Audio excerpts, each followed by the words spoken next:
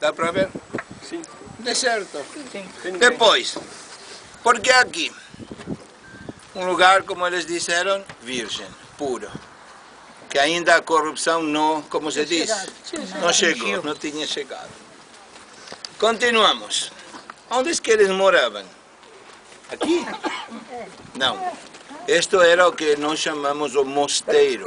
Mas você sabe que para os judeus não existe um mosteiro, porque mosteiro é aquele lugar para o retiro, para os monges, e no judaísmo não tem monges e retiro e coisas assim. Então vamos dizer que isto era era a zona industrial dessa seita. Mas onde eles moravam? Lá em cima. Lá em cima. Dá para ver umas grutas? Dá. É? Ok. Mas por quê? Por que não ficavam aqui? Por que... Vamos lá, escuta. Hoje, quando saímos de Eilat e quando estivemos em Engedi, estava um pouquinho quente, não estava agradável. Mas agora que? Frio. Certo? Pior o frio no deserto que na cidade.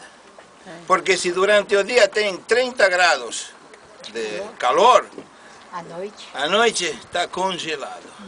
Porque as diferenças são muito grandes. E aí que eles estão precisando de um lugar para aprender a acender um fogo e se proteger dos animais ferozes, sim?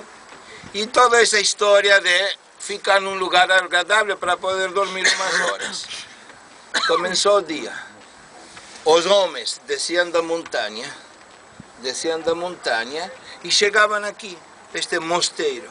Aqui, o primeiro que eles tinham que fazer é quê? A purificação no mikve. O nome do negócio, mikve. Depois da purificação, lá embaixo, tem o que se chamam os escritórios. O que são os escritórios? Aqueles lugares que os escribas iam a fazer as cópias manuais das escrituras sagradas. Por isso que Jorge sempre fala que os desenhos eram uma espécie de, eu acho que não vou pronunciar bem a palavra em português, uma espécie de imprenta manual. Impressa se diz? Uma impressa manual. Agora, eu vou dar um exemplo. Vocês aqui todos são escribas, sim? E Jorge é o sacerdote. Jorge, eu estou a ler a Bíblia. Bereshit bara Elohim et hashamayim vet haaretz. Ao princípio Deus criou. E vocês que estão a fazer? Na hora de ouvir a Jorge, o sacerdote, vocês estão o quê? Escrevendo. É uma impressa manual. Mas depois, nós já vamos para lá, temos aquele lugar que encontraram 100 mil, aquele negócio, o osso dos dátiles, das tâmaras. Porque lá era o que se diz work area. Aquele espinho que a tâmara. O work area é o lugar do trabalho. Onde é que mais ou menos entrou o povo por Gilgal? Como você fala, Gilgal? Onde é que entraram? Então, aqui está acabando o Mar Morto e o Rio Jordão está entrando. E os essênios, quem foram os essênios? Para voltarem e falarmos dos essênios, tem que entender o que acontece em Jerusalém. Jerusalém naqueles tempos existia ainda o templo, e existia os sacerdotes. Existiam sacerdotes que nos tempos judaicos ainda, quando existiu o templo, o segundo templo, nós estamos falando, existiu 2 templos. O primeiro templo do rei Salomão, o segundo templo do rei Herodes. No segundo templo, a liderança, vamos dizer, o poder do país era romano, mas o poderio, vamos dizer, a liderança religiosa era desses mesmos sacerdotes, e tudo era feito no templo, era tudo decidido no templo.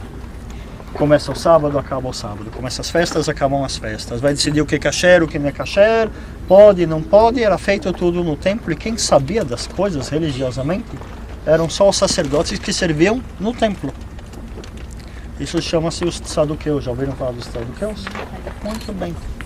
Essas pessoas que seguiam, era o templo, o resto do povo mal sabia o que fazer, não trazer dízimo, não sei o que lá, mas das rezas sabiam no começo os sacerdotes.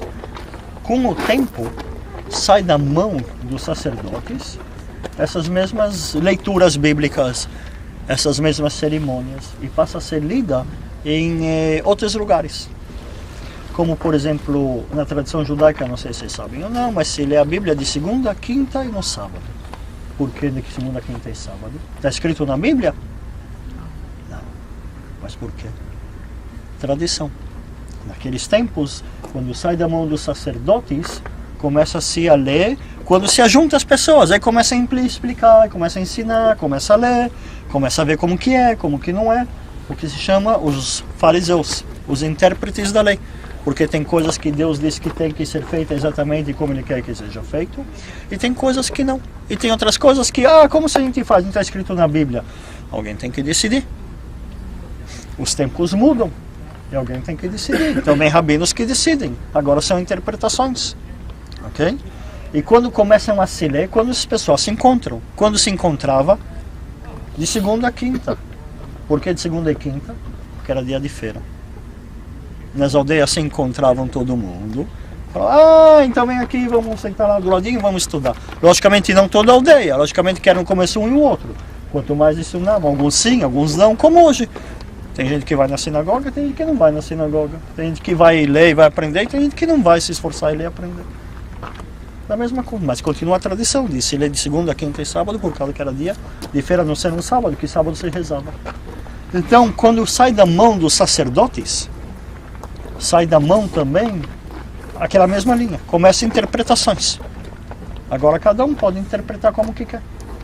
Logicamente não cada um, mas muitas pessoas levam em outros ramos a religião ou a interpretação bíblica, que já saem dos livros canônicos. Depois tem outros livros, livros que entram, vou chamar também os livros externos, que não entram na Bíblia. Mas tem muita história e muita passagem por causa disso. E entre toda essa evento, toda essa confusão que nós sabemos agora, o que acontece? Vem o que se chamam os essênios. Quem são os essênios? Os essênios são sacerdotes que viviam no templo e serviam no templo. Eram extremistas. Eles vão chegar e vão dizer, peraí, o que acontece no templo não é pra gente. Nós não queremos, isso não é nossa maneira de fazer as coisas. Muito extremistas, eles poderiam ter lutado e falaram, vamos mudar, mas nós não queremos. E se organizam e saem por um lugar afastado. Antigamente a estrada aqui quase não tinha, ou seja, em frente do Mar Morto, no deserto. Vamos lembrar que hoje é verão, no norte de Israel está chovendo, a gente está com pullover e com casaco e com guarda-chuva, e aqui no frio, no inverno, perdão, mal vai chover, se chover mesmo não vai fazer frio. Ou seja, um lugar bem isolado. E no verão então, 45 graus, isso eu não explico nem aqui fora, tem que explicar em algum lugar onde tem sombrinha. 47 graus, não dá. E eles formam uma comunidade de só homens que viviam. Com razão, mulher só atrapalha, mas não faz Maria! Só homens. Só sacerdotes no começo. Eles vão fazer o quê? Eles vão trabalhar para entre si mesmos. O que eles esperavam? Eles esperavam dias melhores. O que é dias melhores? Tem quem vai dizer que é começo das esperanças messiânicas. Depois, quando o templo é destruído, se une também a tradição de templo e Messias. Vem um Messias, vem templo. Tem uns que vão dizer que começa daqui. Ok? Agora, eles vão se chamar, esses essênios também, uma comunidade chamada Yahad, nós já comentamos, dizendo os filhos das luzes, eles eram eles mesmos, contra os filhos das trevas, que eram os romanos naquele tempo. Por que os romanos? Porque sempre a influência romana era quase a força, ou se não a força, implantar os deuses dos romanos. Quem eram os deuses romanos? Zeus, o panteão dos deuses romanos. Ou seja, a força tentar. E para eles, Deus me livre no templo, não pode ser. No lado, não pode ser. Comer porco, fazer oferenda, não pode ser. Então eles se veem como os filhos das luzes contra os filhos das trevas. Ok? Ok. Ok. Agora, como eles viviam como comunidade? Não era todo mundo automaticamente aceito. Por exemplo, chegavam pessoas, como vocês viram no filme, tinha que ser testado, passar uma fase de exame. Então, primeiro você dava seus bens comuns para a comunidade. Não tinham bens comuns, eles tinham só 3 coisas como bem comum. Dizem que essa tigela que eles recebiam, outro bem comum era a túnica deles, e o terceiro era uma enxada. Para que é a enxada? Trabalhar, né? Não, para ir no banheiro. Depois de ir no banheiro, tem que não pode, imagina, deixar aí descoberto, né? Higiene. Então eram as únicas pertences que eles tinham, como cada um. O resto se dava para a comunidade. Se você deixasse a comunidade, recebia de volta. Mas até lá, então, era tudo da comunidade. Viviam muito humildemente, viviam muito modestamente, trabalhavam durante o dia e durante a tarde, e durante a noite, eles sentavam e faziam o quê? Estudavam, vocês viram no filme, em um lugar comum, e também escreviam a Bíblia, copiavam a Bíblia. E também faziam o seu diário. Aconteceu isso, aconteceu aquilo, esse me fez uma marca de repúdio, o outro fez aquilo, não pode ser assim, pode ser assim, hoje a gente comemorou, hoje a gente comemorou. Ok? Faziam o diário deles. E viviam nesse lugar, onde que foi achado, hoje tem pedras, chama-se Qumran, onde que vivem os essênios. Agora os essênios, nós vamos passear um pouco e vamos ver o que eles gostavam, faziam. Tem um monte desses, nós vamos ver alguns. Ou seja, o que acontecia? Quando eles desciam, a água tem que ser, até os dias de hoje, judeus religiosos e ultra-religiosos fazem isso. Eu nunca fiz, minha mulher só quando foi antes de casar tem que fazer porque precisa, senão não recebe o atestado para ir lá no rabinato e pode casar, então tem que fazer primeiro, pelo menos uma vez na vida. Os ultra-religiosos, por exemplo, fazem os rabinos, os ultra-religiosos fazem. Mulher, como que durante o período menstrual não é permitido ao homem, tem que fazer ir alguns dias antes e alguns dias depois do período menstrual, nessa mentoring, proibido. Okay? Tem que ser água de chuva, 40 CA, ou seja, no mínimo 450 litros de água. Na hora se você descer, não pode tocar em nenhum pontinho, porque senão fica impuro. Então os extremistas querem, até os dias de hoje é assim, tem que ser imersão total, descia impuro, e na hora de subir, subia puro. E se um tocasse no outro, impuro, tem que descer outra vez. Por isso eles fazem essa divisão aqui. Dá pra ver, não esse daqui, mas dá pra ver em outros que tem divisão. Eram tão extremos que na hora de tirar a roupa, por exemplo, na hora de voltar, a roupa estava impura, subia puro, trocava de roupa. Agora vem a pergunta, de onde que vem a água? Nós estamos falando de deserto, lembra que nós falamos quanto chove aqui? 5 milímetros. 200 é deserto, 5 milímetros. Você pega uma canequinha quando chove e põe na chuva, não é nada. E quando que vai arranjar 450 litros se não é a única também? Se tem muitas ainda que eles usam. Isso vem então daqueles tempos, a inteligência dos tempos que não eram, pode ser que a gente chama de primitivo, mas de primitivo não tinha nada. Ok? Vamos imaginar assim, vamos imaginar Israel. Aqui em cima é o que se chama as montanhas de Jerusalém. Jerusalém fica aqui em cima. Para esse lado fica o Mediterrâneo. Para esse lado fica o Vale do Jordão, o Mar Morto, onde que nós estamos aqui. O deserto da Judéia aqui. Ok? Quando chove em Jerusalém, se a gota cai desse lado, vai pro Mediterrâneo. Se cai desse lado e cai, vai pro Jordão, ou seja, para cá. Exatamente. Agora, se cai, você vai pegando uma gotinha, logicamente outra vez não dá. Mas como se vai ajuntando, vai começar a descer por vales.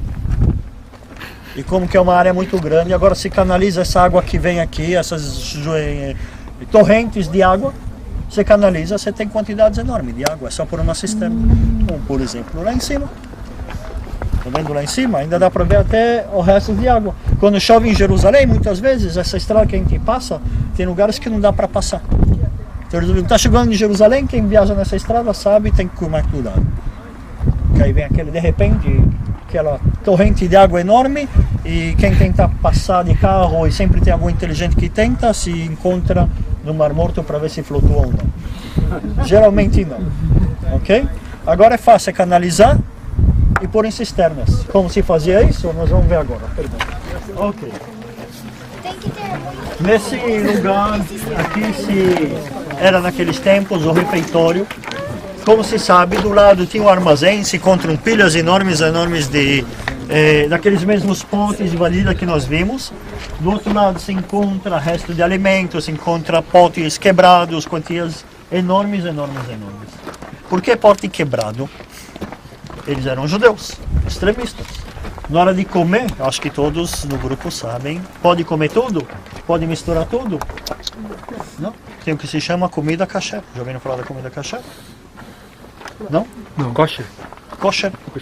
Kosher. Eu não conheço.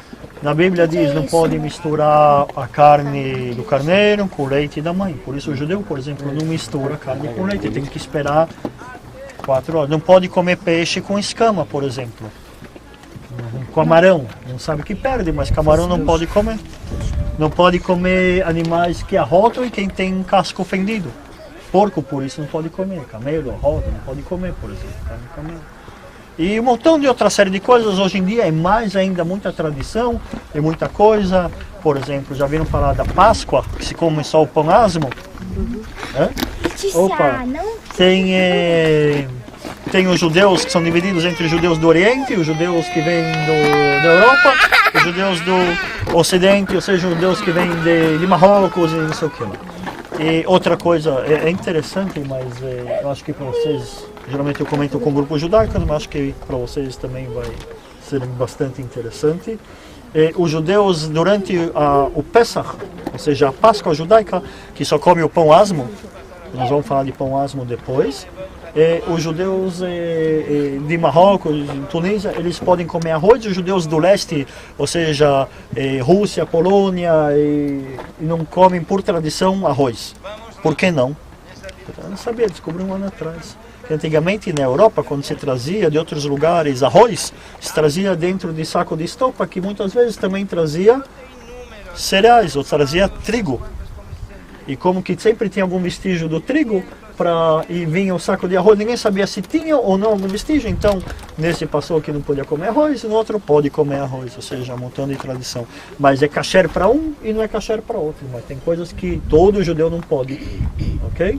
E bebida fermentada? Bebida fermentada pode, mas tem que misturar numa proporção de 1/3 de bebida e 2/3 de água, por exemplo. Mas aí tem outras regras de bebida, e é uma complicação, na verdade. Por exemplo, na hora da matança, por ser uma coisa mais justa, vamos dizer, ou mais humana, se eu puder dizer humana, na hora de fazer a matança do animal, tem que ser de um corte só, para o animal não sofrer 2 cortes, o animal sofre, não pode. Então, quando que vem um carimbo de kosher na carne, é que um rabino que vê não pode ter vestígio de sangue, porque sangue é símbolo de vida, não pode ter, então a carne eles põem dentro do sangue, dentro do sal, para absorver então tem o símbolo kasher, tem um rabino que ficava supervisando, não sei o que lá. Esses extremistas, é tão grandes, esses essênios, que eles não misturavam carne com, leite e carne, e na hora de lavar, sei lá, se nos pratos de cerâmica ia ter algum vestígio de carne, de leite, e para não misturar e não saber um e sim o outro, eles quebravam e faziam. Okay? Como foram achados manuscritos? Os essênios, essa mesma comunidade de extremistas religiosos que passam aqui, escreviam muito a Bíblia, copiavam, nós já falamos, e também principalmente o livro de Isaías, porque o livro de Isaías, as esperanças messiânicas, a esperança de bons dias, melhores dias, se copiava muito, faziam um diário deles. Os romanos, depois de uma rebelião que fazem os judeus em Jerusalém, vão conquistar toda Jerusalém e vão vir para essa direção. A primeira rebelião dos judeus contra os romanos, 66 depois de Cristo. Vão chegar aqui em 72, vão conquistar Qumran e vão para o sul conquistar o último lugar onde que vai ser conquistado naquela rebelião pelos romanos, em Massada. Quando nós formos para Massada, nós ainda vamos comentar do evento. Ou seja, 72 se para de ouvir de falar dos essênios na história. Os essênios vindo os romanos chegarem a conquistar, o que eles fazem? Eles vão pegar todos aqueles pergaminhos de raio deles e vão enrolar, já que é couro, e vão pôr em talhas. Vão pegar as talhas e vão esconder em cavernas, como essa caverna aqui embaixo. 14 cavernas se encontram no final dessas coisas. Eles vão parar de ouvir-se falar da história e os pergaminhos e as talhas esquecidas no mundo. Passa um montão de tempo, em 1947 a história é verídica, tropeça um beduíno que uma das ovelhas dele foge e entra numa dessas cavernas, entra nessa caverna, tropeça com uma pedra que ele não conhecia, abre a tampa, põe a mão lá dentro, vê que tem uma talha, tira e descobre pergaminho. O pergaminho é feito de couro. Para ele, couro é para fazer? Sapato, exatamente. Ele põe lá na bolsa dele e fala: quando for para Jerusalém, eu levo lá, tem um amigo sapateiro, verídica história como foram achadas, e faz sapatos, sandália para toda a família, leva para Jerusalém.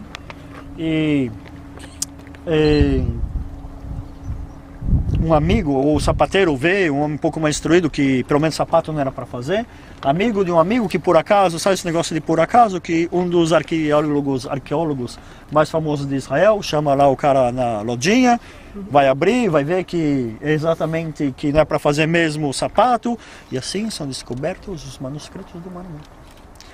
Os beduínos, vendo que eles estão perdendo bastante dinheiro com o negócio, eles vão fazer escavação clandestina. Parte vão pegar, parte vão descobrir, parte vão contrabandear. Eu lembro, por exemplo, que depois de alguns anos que eu cheguei em Israel, o Estado de Israel comprou um pedaço de pergaminho, um pedacinho assim, que eles cortavam para poder vender mais, um pedacinho assim, desses manuscritos do Mar Morto por $1 milhão. Agora, por quê? Primeiro, como que não estragaram os pergaminhos? Porque ela está dentro da talha, não exatamente, mas sim porque esse lugar é muito árido. Ou seja, quase não estraga, é muito árido o lugar. E foram conservados durante muito tempo. Logicamente que não está intacto, está bem estragadinho, mas pelo menos dá para abrir, dá para estudar. Logicamente tem uma parte que falta, tem uma parte que foi vendida, e hoje em dia esses pergaminhos estão no Museu de Israel, no Museu do Livro. E então estão escondidos, mas sim também guardados. Tem ainda pessoas ou pesquisadores bíblicos que fazem ainda, como se diz, pesquisas bíblicas desse negócio. É importante para nós, porque primeiro mostra para todo mundo como se vivia, pelos diários deles, como se vivia naqueles tempos. É uma ajuda para se ver. Por outro lado, como que era, porque os textos muitas vezes, como que não está numerado, eles têm que agora começar a descobrir muitas vezes de onde que é, de onde que não é, chegou um pedacinho, é daqui, é de lá, e muitas vezes em hebraico, para quem conhece um pouco de hebraico, um traço só muda toda a sentença da palavra e da frase. Tem um traço grande que é o Vav, tem um traço pequeno que é o Yud, agora vai saber o que era, o que não era. Eles achavam que era assim, agora descobriram outro pedaço, agora não é mais assim, agora é assim, mudou todo o negócio. Então, pesquisas continuam fazendo até os dias de hoje. Agora, também o que já foi descoberto e comprovado desses manuscritos serviram para fundamentar alguns livros do Torá ou do Velho Testamento, que até então eles não tinham uma comprovação real, né? Exatamente, nós vamos falar agora. Agora o que acontece? É importante também para nós, judeus, e para os cristãos de hoje em dia. Claro, lógico. Por quê? Hoje em dia existe o que se chama antissemitismo. Já falei em antissemitismo? Acho que todo mundo já ouviu falar. E tem pessoas que vão alegar que a Bíblia foi invenção de judeus nos tempos medievais para poder dominar o mundo. Agora vai provar que sim e não. Quem vai provar que não? Que isso foi escrito 300, 400 anos atrás. Cientificamente, o argumento não podia ser argumentado. Não tem, acabou. Com esses achados, que são chamados os achados mais importantes arqueológicos nos dias atuais na Terra Santa, espero que ainda vão vir outros, mas por enquanto é o mais importante, foi comprovado através de prova de carbono 14, ou seja, pode-se provar cientificamente que esses livros já foram copiados há mais de 2.000 anos atrás. Okay? Ou seja, a Bíblia já existia, 1.000 anos atrás. Como se copia e descobrem que textos é identicamente como os dias de hoje. Por quê? Porque os judeus passavam de copiando um tracinho por tracinho e vírgula por vírgula, passam a ser as palavras vivas de Deus depois de escrito até hoje. Tanto que na hora de ler o rolo, as Torá, você não pode nem mexer, não pode tocar. Tem uma varazinha assim de prata ou de metal, não faz mal, e segue a leitura com a varinha, mas não se toca. As palavras vivas de Deus. Mas se mantém a Bíblia exatamente como foram já 2.000 anos atrás, e dá para se provar agora. Ou seja, esse mesmo argumento para essas pessoas já não vale mais. Okay?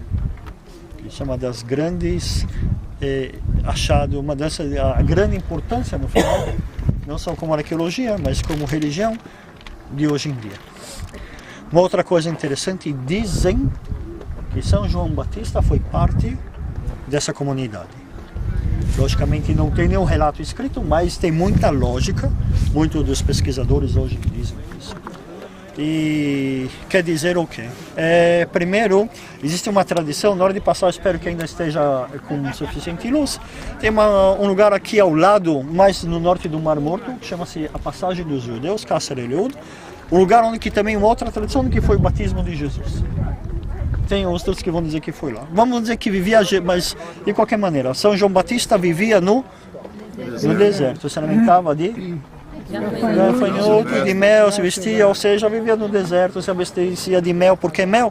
Mel de tâmara. Não sei se vocês conhecem, chama-se silan. É muito bom. É muito bom. É bom para a saúde, é bom para o estômago. Tâmara dá para fazer de tudo. Se achar num lugar aqui ao lado, mais de 100.000 caroços nessa mesma comunidade de tâmara. Por que caroço? Porque tâmara, na hora de levar no camelo, é leve. O poder nutritivo dela, um dos altos valores que tem em frutas, é leve, é seco. Na hora de sentar, depois de um dia, tomar chá, você vai comer de sobremesa tâmara. Fazer arroz com tâmara, alguém já fez? Uma maravilha. Já comeram carne com tâmara? Mais legal ainda, ok?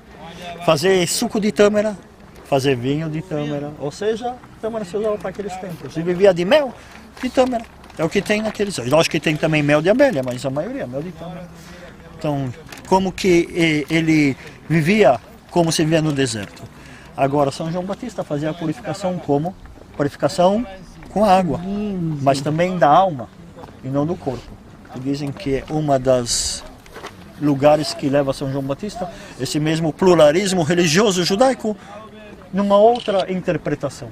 Mas tem muita coisa a ver, é na mesma época, é da mesma maneira que se vivia, fazia a mesma maneira de banhos rituais, leva de uma maneira diferente, um pouquinho religiosamente, mas fisicamente no Rio Jordão. Ou seja, tem muito a ver para ser coincidência.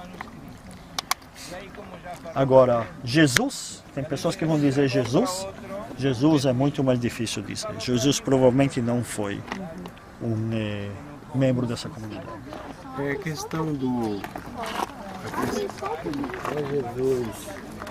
A questão do ele comia mel e gafanhoto. Esse gafanhoto seria o inseto mesmo? Na verdade, já me perguntaram muitas vezes e quando eu não sei dizer, eu não sei dizer.